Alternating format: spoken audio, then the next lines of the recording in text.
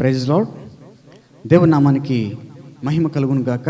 మన రక్షకుడు ప్రభు అయినటువంటి యేసుక్రీస్తు నామములో కూడిన మీ అందరికీ వందనాలు. ఈ సమయంలో పరిశుద్ధ గ్రంథంలో నుంచి కొన్ని మాటలు మనం ధ్యానం చేసుకొని ఆత్మీయ యాత్రలో బలపడదాం. అటువంటి కృప దేవుడు మనకు దయచేయును గాక. మంచిది. ఈ సమయంలో పరిశుద్ధ గ్రంథంలో నుంచి లూకా సువార్త 4వ అధ్యాయము 27వ వచనాన్ని ఒకసారి చదువుకున్నట్లయితే, మరియు ప్రవక్త అయినటువంటి ఎలీషా కాలమందు ఇశ్రాయేలులో అనేక మంది కుష్ఠరోగులు ఉండినను సిరియా దేశస్థుడైన నయమాను తప్ప మరి ఎవడును శుద్ధి నొందలేదని నేను మీతో నిశ్చయముగా చెప్పుచున్నాను. చాలండి. ప్రభువుల వారు పరిచర్య కాలం ప్రారంభించే సమయంలో ఆయన యోర్దాను నుంచి బయలుదేరి బాప్తిస్మ కార్యక్రమం అయిపోయిన తర్వాత అరణ్య ప్రదేశంలో సంచరిస్తున్న సందర్భంలో అపవాది చేత శోధించబడిన తర్వాత అక్కడి నుంచి యథావిధిగా ఆయన క్రమం చొప్పున సమాజ మందిరంలో ఆయన వెళ్ళి కూర్చున్న సందర్భంలో ఆ యొక్క యెషయా గ్రంథాన్ని తీసి ఆయన చదివిన తర్వాత అక్కడ ఉన్నటువంటి వారందరూ కూడా ఇతను వడ్రంగివాని కుమారుడు కదా, యోసేపు కుమారుడు కదా అని అందరూ కూడా మాట్లాడుకున్న సందర్భంలో ఆయన అంటున్నాడు, బోధకుడు అంటే సేవకుడు ఉన్న చోట ఎప్పుడు కూడా ఘనత నొందడు అనే మాట చెప్తూ, ఆ రోజుల్లో ఏలియా దినాలలో కరువు వచ్చింది. ఆ కరువు వచ్చినప్పుడు సారేపత్తు విధవరాలు తప్ప ఇంకెవరిని కూడా దేవుడు కనికరించలేదు. సారేపత్తు విధవరాల దగ్గరికే ఏలియాని దేవుడు పంపించాడు. అదేవిధంగా ఎలీషా ప్రవక్తగా ఉన్నటువంటి సందర్భంలో ఇశ్రాయేల్లో అనేక మంది కుష్ఠరోగులు ఉన్నా కానీ సిరియా దేశంలో ఉన్నటువంటి నయమాను మాత్రమే శుద్ధి పొందినట్లుగా ప్రభువుల వారు సెలవు ఇచ్చారు. ఈరోజు మనము నయమాను జీవితాన్ని కనుక క్లుప్తంగా ధ్యానం చేసుకొని మనం ముందుకు వెళ్దాం. మనకు తెలిసినటువంటి మాటలే అయినప్పటికీ కూడా వినుట వలన విశ్వాసము కలుగునన్న మాట ప్రకారంగా మరొకసారి మనం ధ్యానం చేసుకొని ముందుకు వెళ్దాము. రాజుల 2వ గ్రంథము 5వ అధ్యాయము 14వ వచనం ఒకసారి చూసుకున్నట్లయితే, అతడు పోయి దైవజనుడు చెప్పినట్లు యోర్దాను నదిలో 7 మార్లు మునగగా అతని దేహము పసిపిల్లల దేహము వలెనై అతడు శుద్ధుడాయెను. చాలండి. ఇక్కడ ఈ యొక్క రాజుల 2వ గ్రంథము 5వ అధ్యాయము 1 నుంచి 15 వచనాల వరకు మనం చూసుకున్నట్లయితే మొత్తము కూడా వారి యొక్క చరిత్ర, వారి యొక్క సందర్భము, అక్కడ జరిగిన సంఘటన మొత్తం కూడా అక్కడ చెప్పబడుతూ ఉంటుంది. సిరియా దేశం వారు ఇశ్రాయేలు మీదకి దండెత్తి వెళ్ళినప్పుడు అక్కడ నుంచి ఒక చిన్నదానిని తీసుకుని వచ్చి వీరు ఖైదు చేసినట్లుగా ఉంటుంది. ఆయన సిరియా దేశంలో ఉన్నటువంటి సైన్యాధిపతి అయినటువంటి యొక్క నయమాను తన భార్యకి పనికత్తెగా ఈ చిన్నదానిని పెట్టాడు. ఈ యొక్క నయమాను కుష్ఠరోగంతో బాధపడిన వార్త ఆ చిన్నది గుర్తెరిగి ఆమె చెప్తుంది, మా దేశంలో ఒక ప్రవక్త ఉన్నాడు, ఆయన ఖచ్చితంగా మీకున్నటువంటి రోగాన్ని నయం చేస్తాడంటే ఆయన చిన్నదాన్ని చెప్పినటువంటి మాట ప్రకారంగా సిరియా దేశంలో ఉన్నటువంటి రాజుకి చెప్పగా, రాజు నేను ఒక పత్రిక పంపిస్తాను, నువ్వు వెళ్ళు అంటే అతను వెళ్తాడు. వెళ్ళిన తర్వాత అక్కడ కొన్ని సంఘటనలు జరిగిన తర్వాత ఎట్టకేలకు చివరికి తను దైవజనుడు చెప్పిన రీతిగా ఆ యొక్క యోర్దాను నదిలో 7 మార్లు మునిగి లేవగానే పసిపిల్లల దేహం వల్లే అతని దేహం మారిపోయినట్లుగా ఇక్కడ మనం చూస్తాం. నేటి దినాలకి మనము దీనిని అన్వయించుకున్నట్లయితే, నయమానుగా నీవు నేను గనక ఉంటే కుష్టు అనేది నీలో ఉన్నటువంటి పాపపు స్వభావము, నాలో ఉన్నటువంటి పాపపు స్వభావానికి గుర్తుగా ఉంటే, ఇక్కడ నయమాను ఏ రకంగా అయితే యోర్దాను దగ్గరికి వెళ్ళాడో ఈరోజు నీవు నేను కూడా ఆ కలువరి స్థానం దగ్గరికి ఎప్పుడైతే వస్తామో మన జీవితం కూడా తెల్లని పసిపిల్లని దేహం వలె, పవిత్రమైన దేహం వలె ఆయన మార్చడానికి సిద్ధంగా ఉన్న దేవుడు నేను ప్రకటిస్తున్న యేసు. హల్లెలూయా. అందుకని ఆయన అంటాడు, యోహాను రాసిన మొదటి పత్రిక 1వ అధ్యాయం 7వ వచనంలో, యేసు రక్తము ప్రతి పాపము నుంచి మనలను పవిత్రులుగా చేయును అనే మాట అక్కడ రాయబడి ఉంది. కాబట్టి ఇక్కడ మనం చూసుకున్నట్లయితే నయమాను జీవితాన్ని క్లుప్తంగా ధ్యానం చేసుకుందాము. కొన్ని మాటలు మనం చూసుకొని ముందుకు వెళ్దాం. నయమాను జీవితంలో మొట్టమొదటిగా నయమాను చాలా గొప్పవాడండి.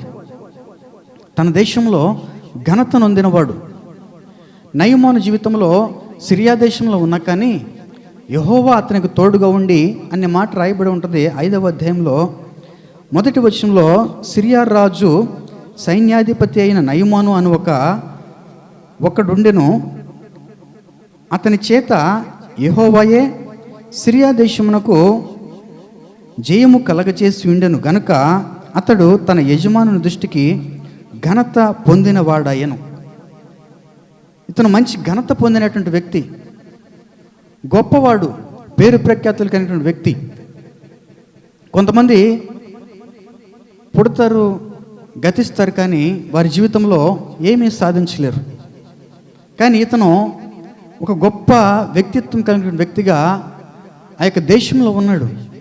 తన జీవితంలో ఒక ఉన్నతమైన స్థాయిలో అతనిని దేవుడు నిలబెట్టాడు. యెహోవాయే జయము కలిగేటట్లుగా సిరియా దేశంలో ఇతనికి ఒక మంచి పేరుని దేవుడు ఇచ్చాడు.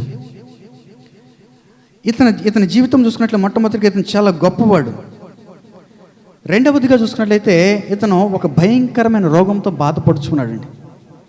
పైకి మాత్రము మంచి వస్త్రాలు, వెలగలిగిన వస్త్రాలు, యుద్ధపు వస్త్రాలు ధరించుకున్నటువంటి వ్యక్తి అయినప్పటికీ కూడా లోపల కుష్ఠరోగంతో బాధపడుచుకున్నాడు. భయంకరమైన రోగంతో బాధపడుచుకున్నాడు. ఈరోజు మనమందరం కూడా పైకి చాలా బాగా కనపడుతూ ఉంటాం. నేటి దినాల్లో మనమందరం కూడా ఒక ఉన్నతమైన స్థలంలో ఉంటాం, నీతిమంతులుగా కనపడతాం, మంచి విద్యావేత్తలుగా కనపడతాం, ఒక గౌరవమైనటువంటి స్థానంలో ఉన్నట్టుగా కనపడతాం. కానీ లోపల ఏదో తెలియనటువంటి బాధ, ఏదో తెలియనటువంటి వేదన మన జీవితాలను కృంగతీస్తూ ఉంటుంది.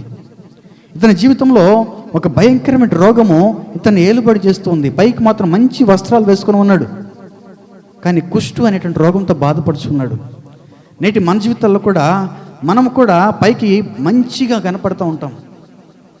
ఇతను చూస్తే అబ్బా చాలా మంచివాడురా, ఇతను అందరికీ సహాయం చేసే వ్యక్తిలా ఉన్నాడని అందరి చేత పొగడతపడుతూ ఉంటాం. కానీ లోపల చూస్తే వారి జీవితంలో చాలా పాపపు కార్యములు ఏలుబడి చేస్తూ ఉంటాయి. పాపము వారి జీవితంలో పునాదిగా పెట్టుకొని చాలామంది జీవిస్తూ ఉంటారు. పైకి మాత్రము చాలా మంచి వ్యక్తిగా, ఖరీదైన బట్టలు వేసుకొని, సూట్ వేసుకొని, చక్కగా సమాజంలో ఒక గౌరవమైన పేరు కలిగిన వ్యక్తులుగా ఉంటారు. కానీ లోపల వారి జీవితం అంతా కూడా పాపముతో నింపబడి ఉంటుంది. ఇక్కడ నయమాను జీవితం కుష్ఠ రోగంతో నింపబడిన రీతిగా నేటి జీవితాల్లో చాలామంది కూడా పాపముతో కప్పబడి ఉన్నటువంటి జీవితాలు చాలామంది జీవిస్తూ ఉన్నారు. నీకు నాకు తెలియకపోవచ్చు, నీ యొక్క అంతరంగిక స్వభావము నా దేవునికి ఖచ్చితంగా తెలుసు. హల్లెలూయా. అందుకనే సమూయేలు మొదటి గ్రంథంలో రాయబడి ఉంటుంది,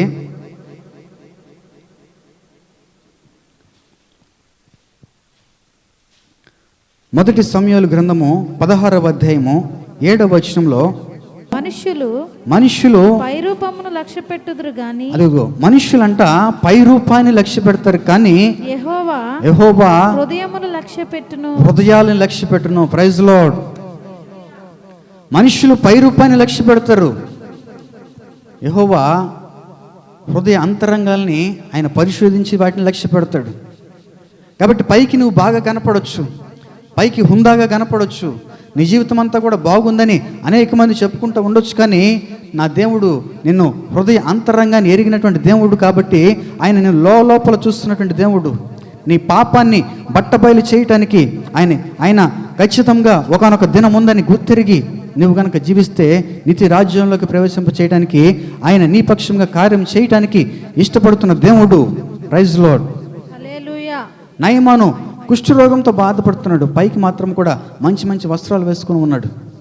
ఈ సమయంలో ఖైదుగా తీసుకురాబడినటువంటి ఆ యొక్క సిరియా దేశం నుంచి తీసుకురాబడినటువంటి ఒక చిన్న పాప ఆమె జీవితంలో ఒక గొప్ప సాక్షిగా నిలబడింది, ఒక విశ్వాసిగా దేవుని యొక్క పక్షముగా ఆమె విశ్వాసిగా తన సాక్ష్యాన్ని పంచుకోవడానికి ఇష్టపడింది. నయమాను భార్య దగ్గర సేవ చేస్తున్నటువంటి ఆ యొక్క చిన్నది తన యొక్క యజమానుడు బాధపడుతుంటే చూడలేక ఆమె వెళ్ళి ఆయనతో అంటుంది, నా యొక్క స్వదేశంలో ఒక ప్రవక్త ఉన్నాడు, అతడు మంచిగా నిన్ను బాగు చేస్తాడయ్యా అని చెప్పి నయమానుతో చెప్పగానే నయమాను వెంటనే ఆ మాటను అంగీకరించాడు. చిన్న పాపే కదా అని తోసివేయాల. ఈ యొక్క చిన్న పాపలో ఉన్నటువంటి ఉద్దేశం ఏంటంటే, ఒక విశ్వాసిగా నా దేవుని నేను గణపరచాలి, నా దేవునికి సాక్ష్యము చెప్పే రీతిగా నేను మార్చబడాలి, నా దేవుని నామము మహిమపరచబడాలి. అన్య జనుల మధ్య, అన్య దేశములో, దేవుడు అంటే ఎవరో తెలియనటువంటి అన్య దేశంలో నా దేవుని నామం గణపరచబడాలి. Praise lord. అటువంటి గొప్ప తృష్ణ కలిగినటువంటి ఒక విశ్వాసిగా తన యొక్క సాక్షి జీవితాన్ని పంచుకున్నటువంటి ఒక వ్యక్తిగా ఈ చిన్నపిల్ల కనపడుతూ ఉంటుంది. ఈరోజు మరి నువ్వు నేను అటువంటి స్థితిలో ఉన్నామా? ఒకసారి జ్ఞాపకం చేసుకో ప్రియ దేవుని జనాంగమా. క్రైస్తవునిగా పిలువబడుచు ఉన్నాం. నీ సాక్ష్యాన్ని పంచుతున్నావా? దేవుని యొక్క కార్యములను ఇతరులకు తెలియచెప్పే రీతిగా నీ జీవితం మార్చబడుతుందా? ఒక విశ్వాసిగా ముందుకు వెళ్తున్న నీ సందర్భంలో అనేక మందిని దేవుని వైపు త్రిప్పేటటువంటి ఆసక్తి, అటువంటి తృష్ణ, అటువంటి భారము నీ జీవితంలో ఉందా? చిన్నదానికి ఉన్నటువంటి అటువంటి భారము కలిగినటువంటి జీవితము ఖైదుగానే ఉంది. తన సొంత దేశంలో లేదు, బానిసగా వెళ్ళిపోయింది. అయినప్పటికీ కూడా తన దేవుని నామాన్ని మహిమపరచాలి. హల్లెలూయా, హల్లెలూయా. అటువంటి గొప్ప ధన్యత పొందుకుంది. అటువంటి సాక్షి జీవితము దేవుడు నా నుంచి కోరుకుంటూ ఉన్నాడు. దేవుడు నా నుంచి కోరుకుంటూ ఉన్నాడు. ఈరోజు నయమాను జీవితంలో ఆయన చెప్పిన వెంటనే ఆయన అంగీకరించాడు. కానీ ఆయన జీవితాన్ని చూసుకున్నట్లయితే 3 పెద్ద పొరపాట్లు చేశాడండి. 3 పెద్ద పొరపాట్లు చేశాడు నయమాను జీవితంలో. మొట్టమొదటిగా ఆయన స్వస్థతని డబ్బులు పెట్టి కొనుక్కోవచ్చు అనుకున్నాడు. ఆ కింద వచనాల్లో చూసుకున్నట్లయితే రాజుల గ్రంథంలో 5వ వచనంలో 5వ అధ్యాయం 5వ వచనంలో సిరియా రాజు నేను ఇశ్రాయేలు రాజునకు దూత చేత పత్రిక పంపించదనని ఆజ్ఞ ఇచ్చాడు. కాబట్టి 20 మణుగుల వెండియు 20 మణుగుల వెండి, 1,20,000 రూపాయల బంగారము 10 దుస్తుల బట్టలను తీసుకొని పోయి ఇశ్రాయేలు రాజునకు పత్రికను అప్పగించెను. చాలండి. స్వస్థత పొందడానికి ఇతను డబ్బు సరిపోద్ది అనుకున్నాడు. 20 మణుగుల వెండి అంటే దాదాపుగా 340 కేజీల వెండి, 70 కేజీల బంగారం, 10 దుస్తులు, 10 రకాల దుస్తులు ఇతను తీసుకుని వెళ్ళాడు. రక్షణ కోసము, స్వస్థత కోసము, ఆరోగ్యము కోసము. కానీ నా దేవుడు అంటున్నాడు, నేను రక్షణని నీకు బహుమానంగా ఇస్తున్నాను. హల్లెలూయా, హల్లెలూయా. అందుకని పేతురు గారు చెప్తారు, మొదటి పేతురు రాసినటువంటి పత్రిక 1వ అధ్యాయము 18, 19 వచనాలు ఒకసారి చూసుకున్నట్లయితే, పితృపారంపర్యమైన మీ వ్యర్థ ప్రవర్తనను విడిచిపెట్టినట్లుగా వెండి బంగారముల వంటి క్షయ వస్తువుల చేత మీరు విమోచించబడలేదు కానీ అమూల్యమైన రక్తము చేత అనగా నిర్దోషమును నిష్కలంకమునగు గొర్రెపిల్ల వంటి క్రీస్తు రక్తము చేత విమోచింపబడితిరని మీరెరుగుదురు. చాలండి. వెండి బంగారముల చేత, క్షయమైనటువంటి వాడి చేత మీరు విమోచించబడలా. నిష్కలంకమైన, నిర్దోషమైన గొర్రెపిల్ల అయినటువంటి నా యేసుక్రీస్తు ప్రభువు యొక్క రక్తము చేత మీరు విమోచించబడ్డారు. కాబట్టి ఈయన బంగారం చేతనో, వెండి చేతనో, వస్త్రాల చేతనో నేను విమోచించబడతాను, నాకు ఆరోగ్యం వస్తుంది అనుకొని మొదటి తప్పిన వాటన్నిటిని తీసుకుని వెళ్ళాడు. రెండవదిగా వెళ్ళాల్సిన చోటుకి వెళ్లకుండా కాని స్థలానికి వెళ్ళాడండి. 6వ వచనంలో చూసుకున్నట్లయితే, ఆ పత్రికలో ఉన్న సంగతి ఏదనగా ఆ పత్రికలో ఉన్న సంగతి ఏదనగా నా సేవకుడైన నయమానునకు ఉమ్, కలిగిన కుష్టి రోగమును ఆ, నీవు బాగు చేయవలెనని ఆ. ఈ పత్రికను అతని చేత నీకు పంపించి ఉన్నాను. చాలండి. ఇశ్రాయేల్ రాజు దగ్గరికి నయమాను వెళ్ళాడు. వెళ్ళవలసింది ఎలీషా దగ్గరికి అయితే రాజు దగ్గరికి వెళ్ళారు. ఈరోజు చాలామంది వెళ్ళాల్సింది ఒక చోటకైతే వేరే చోట్లకి వెళ్ళి నాకు తగ్గుద్దని చెప్పి అక్కడికి వెళ్తానికి ఇక్కడికి వెళ్తున్నారు. వేరే చోట్లకి చాలా చోట్లకి తిరుగుతూ ఉన్నారు. అట్లాగే నయమాను కూడా రెండవ తప్పు ఏంటంటే కాని స్థలానికి వెళ్ళాడు. వెళ్ళవలసిన స్థలం ఒకటైతే ఈయన వెళ్ళిన స్థలం ఇంకొకటి. ప్రవక్త దగ్గరికి వెళ్ళాలి కానీ రాజు దగ్గరికి వెళ్ళాడు. రాజు అంటున్నాడు, అయ్యో నేనేం చేయగలను? రాజు ఈ పత్రికను చదివి వస్త్రములు చింపుకొని చంపుటకును బ్రతికించుటకును నేను దేవుడనా ఒకనికి కలిగిన కుష్టి రోగమును మాన్పమని నా యొద్దకు ఇతడు పంపుట ఏమి చాలండి అని తన బట్టలు చింపుకొని అంటున్నాడు. ఒకరిని బ్రతికించడానికి ఒకరిని చంపడానికి నేను దేవుడినా? తన కుష్టి రోగాన్ని నేను ఎట్లా బాగు చేయాలని చెప్పి ఆయన బాధపడుచున్నాడు. యుద్ధం చేయడానికి ఒక కారణం వెతుక్కొని నా దగ్గరికి వచ్చాడని బట్టలు చింపుకొని తను బాధపడుచు ఉన్నాడు. రాజు దగ్గరికి వెళ్ళాడు, కాని స్థలానికి వెళ్ళాడు. ఈరోజు నేటి దినాల్లో కూడా మనకి ఏదైనా ఆర్థికపరమైన ఇబ్బంది అవ్వచ్చు, అనారోగ్యం అవ్వచ్చు, నీ కుటుంబంలో వేదన అవ్వచ్చు, సమస్య అవ్వచ్చు, ఇబ్బంది అవ్వచ్చు, ఇరుకులు అవ్వచ్చు. ఏదైనప్పటికీ నువ్వు వెళ్ళవలసిన ద్వారం ఒకటే, నువ్వు వెళ్ళవలసిన ప్రదేశం ఒకటే. నువ్వు ఎక్కడికి వెళ్తే బాగుపడతావో ఆ ప్రాంతం కరెక్ట్గా నువ్వు కనుక గెస్ చేస్తే, కరెక్ట్గా కనుక దాన్ని కనుక నువ్వు ఆలోచించి నిర్ణయం కనుక తీసుకుని వెళ్తే ఖచ్చితంగా నువ్వు స్వస్థపరచబడతావు. నీ జీవితంలో సమాధానం దొరుకుద్ది, నీ జీవితంలో ఆరోగ్యము దొరుకుద్ది, నీకు సంతోషం కలుగుద్ది, నీ బాధల్లో నీకు నెమ్మది కలుగుద్ది. Praise lord. అందుకనే యోహాను సువార్త 10వ అధ్యాయము 9వ వచనంలో నేనే ద్వారమును నా ద్వారా ఎవడైనను లోపల ప్రవేశించిన ఎడల వాడు రక్షింపబడిన వాడై లోపలికి పోవచ్చు బయటకు వచ్చుచు మేత మేయుచు ఉండును. చాలండి. నేనే ద్వారమును, నా ద్వారా తప్ప ఎవడు కూడా లోపలికి ప్రవేశింపలేడు. కాబట్టి ఆ మార్గమును మనం కరెక్ట్గా కనుక్కోవాలి. నేనే ద్వారమును అన్నప్పుడు ఆయన దగ్గరికి మనం వెళ్ళాలి. ఎక్కడ నీకు సమాధానం దొరుకుద్ది, ఎక్కడ నీకు ప్రశాంతత ఉంటుంది, ఎక్కడ నీకు ఆరోగ్యం ఉంటుందో ఖచ్చితంగా కనుక్కొని నువ్వు గనక ద్వారమై ఉన్నటువంటి, మార్గమై ఉన్నటువంటి ఆయన చెంతకు వస్తే ఖచ్చితంగా ఆయన నీకు ఆరోగ్యాన్ని ఇచ్చి, ఆయుష్నిచ్చి, ఆయన నామాన్ని మహిమపరుచుకునే దేవుడు నేను ప్రకటిస్తున్న నేసు. హల్లెలూయా. కాబట్టి ఈ సమయంలో అదే సందర్భంలో ఆయన కాని స్థలానికి వెళ్ళాడు. ఒక చోట ఉంటుందండి, ఒక పాపాత్మురాలైన స్త్రీ, ఆమె కరెక్ట్ అయిన ప్రదేశంలోకి వెళ్ళింది.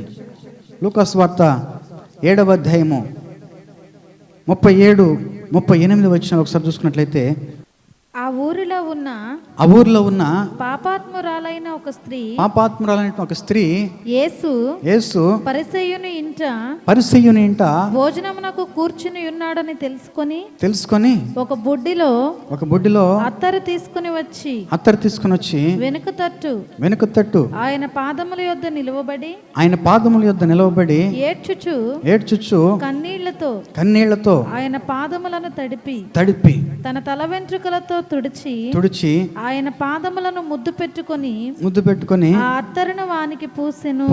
చాలండి. పాపాత్మురాలైన స్త్రీ తను తెలుసుకుంది తన పాపములకు ప్రాయశ్చిత్తం ఎక్కడో, దేవుని యొక్క పాదముల చెంత.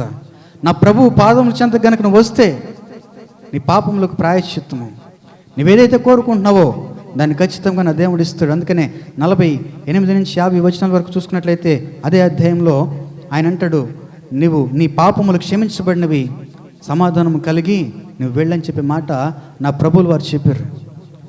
కాబట్టి నువ్వు వెళ్ళవలసిన స్థలం ఏదంటే నా ప్రభు పాదాల దగ్గరికి నువ్వు కనుక వస్తే నీ జీవితంలో ఆత్మ సంబంధమైనటువంటి అనారోగ్యంతో బాధపడుచున్నా, శారీరక సంబంధమైనటువంటి అనారోగ్యంతో బాధపడుచున్నా, అప్పుల ఊబిలో కూరుకుపోయినా కానీ నా దేవుడు నేను పైకి లేవనెత్తి ఆయన నామానికి మహిమపరుచుకునే దేవుడు ఈ రాత్రికాల సమయంలో నేను ప్రకటిస్తున్న నజరేయుడైన యేసు. హల్లెలూయా, హల్లెలూయా.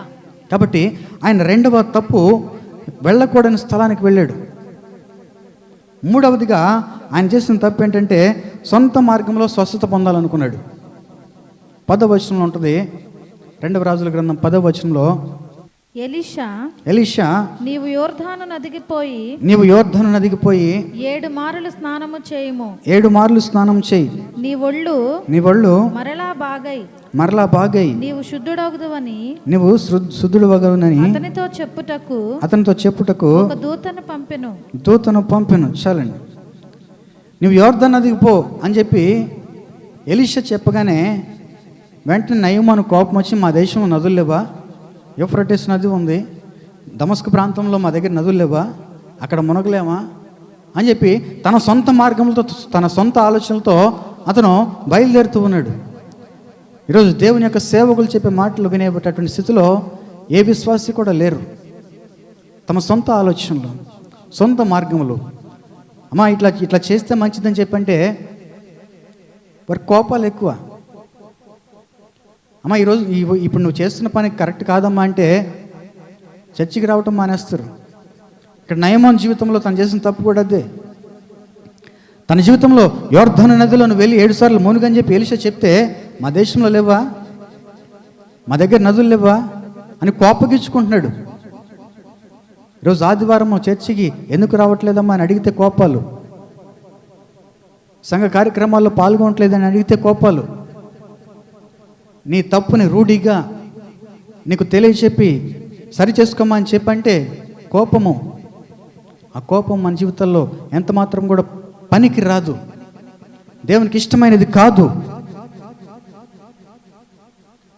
కాబట్టి నయమాను మూడవ తప్పు చేసింది, తన సొంత మార్గంలో వెళ్ళాలనుకున్నాడు, కానీ దేవునికి అది ఎంత మాత్రం కూడా ఇష్టం ఉండదు. అందుకనే యెషయా గ్రంథము 55వ అధ్యాయము 8-9 వచనాల్లో ఉంటుంది, నా తలంపులు మీ తలంపుల వంటివి కావు, మీ త్రోవలు నా త్రోవల వంటివి కావు, ఇదే యెహోవా వాక్కు.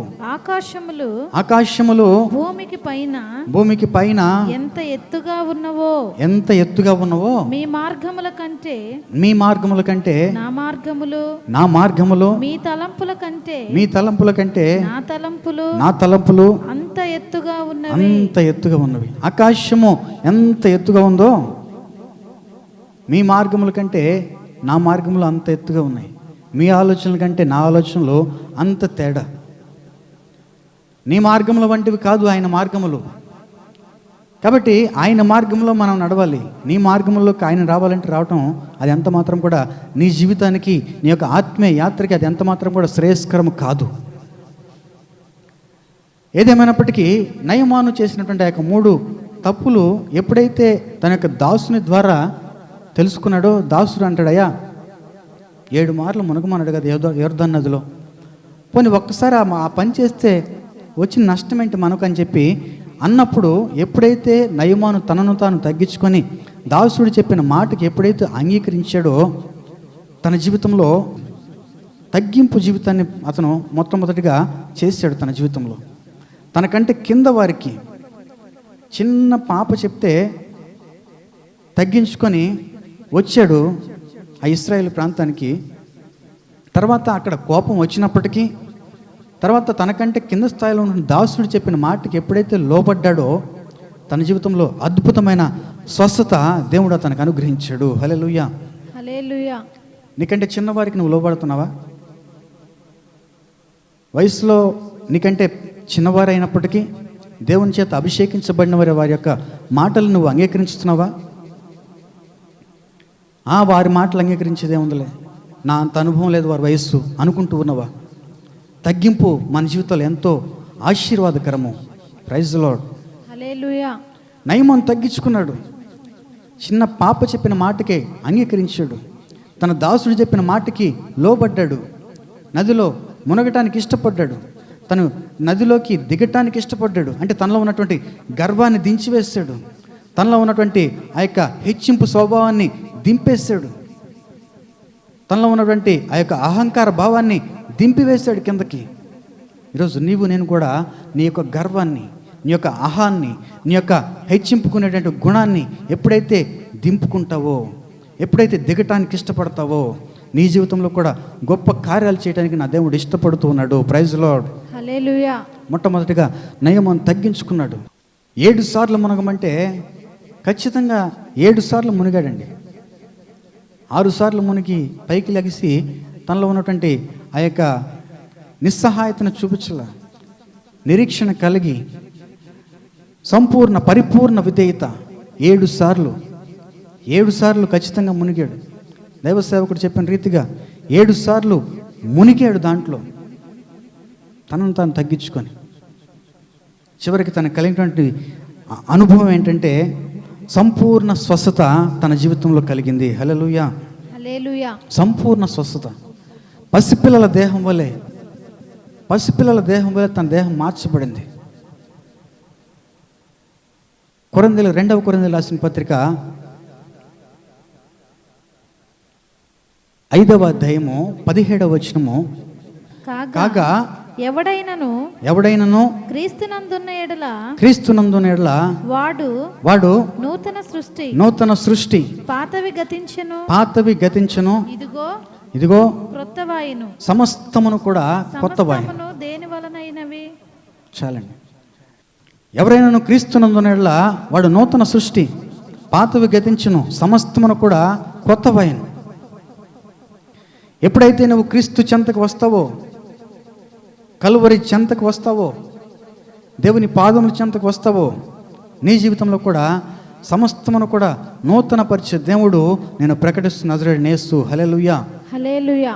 నయమాను జీవితంలో సంపూర్ణ స్వస్థత, పరిపూర్ణ స్వస్థత దేవుడు అతనికి అనుగ్రహించాడంటే తన జీవితంలో తనను తాను తగ్గించుకున్నాడు, దిగటానికి ఇష్టపడ్డాడు. తన జీవితంలో తనను తాను తగ్గించుకున్నాడు. ఈరోజు నీ జీవితంలో కూడా నేను కూడా దిగటానికి, తగ్గించుకోవడానికి ఇష్టపడితే నిన్ను కూడా నూతన సృష్టిగా నీ జీవితాన్ని మార్చడానికి ఇష్టపడుచుకున్నాడు. Praise lord. హల్లెలూయా. అంతమంది ఉంటే ఆ రోజు కుష్ఠరోగంతో అంతమంది బాధపడుచుకుంటే దేవుడు నయమాను అనే వ్యక్తినే ఎందుకు ఏర్పాటు చేసుకున్నాడు? ఒకసారి కనుక మనం చూసుకున్నట్లయితే కింద వచనాల్లో ఉంటుంది, అప్పుడు యెహోవాకు తప్ప దహన బలి అయినను మరి ఏ బలి అయినను ఇతరమైన దేవతలకు నేను ఇంకా అర్పించను. 2 కంచర గాడిదలు ఏ పాటివి? 2 కంచర గాడిదలు 2 కంచర గాడిదలు మోయుపాటి మన్ను నీ దాసుడనైన నాకు ఇప్పించకూడదా? నీ దాసుడైన నాకు ఇప్పించకూడదా?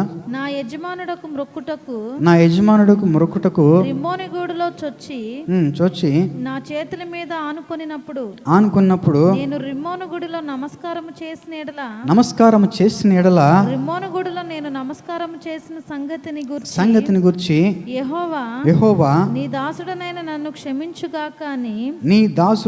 నన్ను క్షమించుగాక అని నయమాను చెప్పాడండి. చాలు. నయమాను జీవితంలో యెహోవా దేవుడే తప్ప ఇంకెవరు లేరు. ఇంతకాలంగా బాధపడుతున్నా కానీ, నా రాజుతో పాటు అనేక చోట్లకు నేను వెళ్ళినా కానీ ఎక్కడ కూడా స్వస్థత పొందలా. ఇక్కడ స్వస్థత పొందా. కాబట్టి ఇక్కడి నుంచి 2 కంచెర గాడిదల మట్టిని, మన్నుని ఎలీషాని అడుగుతున్నాడు. ఎందుకంటే తన యొక్క ఇంటికి తీసుకువెళ్ళాలి. తన ఇంటికి తీసుకువెళ్ళిన తర్వాత ఇంక ఎవ్వరికి కూడా, ఇంక దేనికి కూడా నేను నమస్కారం చేయను. ఈ దేవుడే నిజమైన దేవుడు, ఇతనికి తప్ప వేరే ఎవరికి కూడా నేను దహన బలి అర్పించను. ఒకవేళ నేను చేయవలసి వస్తే ఈ దాసుడిని యెహోవా దేవుడు క్షమించును గాక. Praise lord. హల్లెలూయా. ఇంకా అప్పటి నుంచి ఒక తీర్మానం తీసుకున్నాడు తన జీవితంలో. తను దేవుని యొక్క కుమారుడిగా మార్చబడ్డాడు. అందుకనే ఎలీషా దినాల్లో అంతమంది కుష్ఠరోగులు ఉన్నా కానీ ఈ నయమాను ఒక్కడే బాగుపడుతున్నానికి కారణం ఏంటంటే తను నిజ దేవుణ్ణి అంగీకరించాడు. అందుకని ప్రభువులు వారు చెప్పారు, ఎలీషా దినాల్లో అంతమంది కుష్ఠరోగులు ఉన్నా కానీ నయమాను ఒక్కడే శుద్ధీకరించబడ్డాడు. ఈరోజు నువ్వు శుద్ధీకరించబడాలని ఆశ ఉంటే నా దేవుని దగ్గరికి రా, నా దేవుని పాదాల చెంతకి రా, నూతన సృష్టిగా మార్చబడు. సమస్తమును కూడా కొత్తవి చేసుకొని నీ జీవితంలో, నీ గృహంలో నీకున్నటువంటి ప్రతి సమస్య, ప్రతి ఇబ్బంది, ప్రతి అనారోగ్యాన్ని నా దేవుడు తీసివేయును గాక. ఆమేన్. సేవకురాలు ప్రార్థన చేస్తారు. అందరం కూడా ఏకీభవిద్దాం సమయంలో. స్తోత్రం. స్తోత్రము స్తోత్రము స్తోత్రము నాయన. కృప కలిగిన యేసయ్య సర్వాధికారి, నీకు వందనాలు. నీవు ప్రేమించి ప్రభు నాయన, భూమి మీద అనేకమైన వారు, అనేకమైన కార్యాలు ఉన్నప్పటికీ ప్రభు నాయన, అనేక మంది కుష్ఠి రోగులు కూడా ఉన్నప్పటికీ నయమాన్నే నేను ఎందుకు చేశాను అని ప్రభా, అయ్యా స్వస్థపరిచాను ఎందుకు అని మాకు వివరించి చెప్పిన దేవా, నిశ్చయంగా ప్రభా మీరు మమ్మల్ని స్వస్థపరచాలంటే నీకు ఇష్టమైన కార్యాలు నాయనా, అయా నీకు వందనాలు నాయన. మేము ఏమైతే తొలగించుకోవాలో నాయనా, ఒక్క నయమాన్లో నుంచి నాయనా మాతో మీరు స్పష్టంగా, సూటిగా, తేటగా మాట్లాడినందుకు నీకు వందనాలు.